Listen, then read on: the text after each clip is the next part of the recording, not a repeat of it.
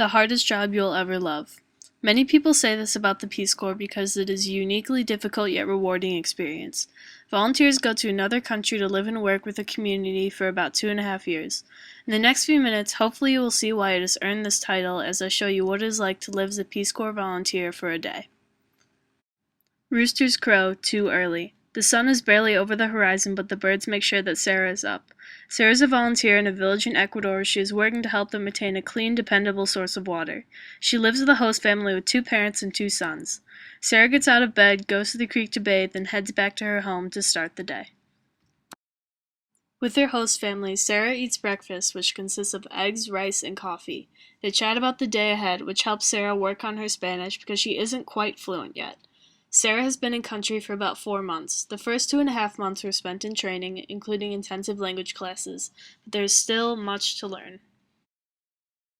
Sarah does her morning chores of walking the youngest son to school and sweeping the floor of the house before she starts any work on her project.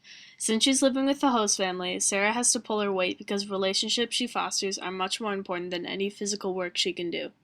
On the way to school, she stops to chat with neighbors and play with kids. Today a meeting was scheduled with the village leaders to evaluate the needs of the community so Sarah's water project can be as useful and as sustainable as possible. Things move slowly here, so the meeting starts about an hour and a half after the scheduled time, but it's not a big deal, it's just the way that life goes in this village in Ecuador. After meeting with village leaders, Sarah heads home to eat a lunch that consists of soup, rice, and meat stew with her family before meeting with contractors to figure out the budget of her project. The particulars of the project are still not set, but pretty much every water project involves the same base materials, so it's important to make sure that they are available in the community. As the sun begins to set, Sarah walks through the village back to her home. On the way, she stops to talk with farmers returning from the fields and many members of the community. Building relationships with the villagers and learning about the culture is the most important part of Sarah's time in the village, so she spends most of her time talking with people and working on her Spanish. Dinner is a light meal that consists of coffee, soup, and bread. Sarah spends the end of the day talking with her host parents and playing games with her little brothers before going to sleep and finishing up one more day as a Peace Corps volunteer in her little village in Ecuador. Peace Corps volunteers commit to 30 months of service in a country that is assigned to them by the agency based on their area of expertise.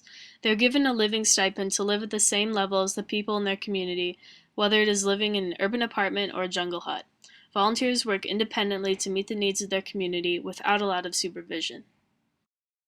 Being a Peace Corps volunteer is not glamorous, it's not profitable in a monetary sense, but thousands of volunteers have said that the Peace Corps is an extremely valuable part of their life. Many go back to visit their villages, and some never even leave. It's a difficult job to have, and it's not for everyone, but for many people, there's great truth in the motto, the hardest job you'll ever love.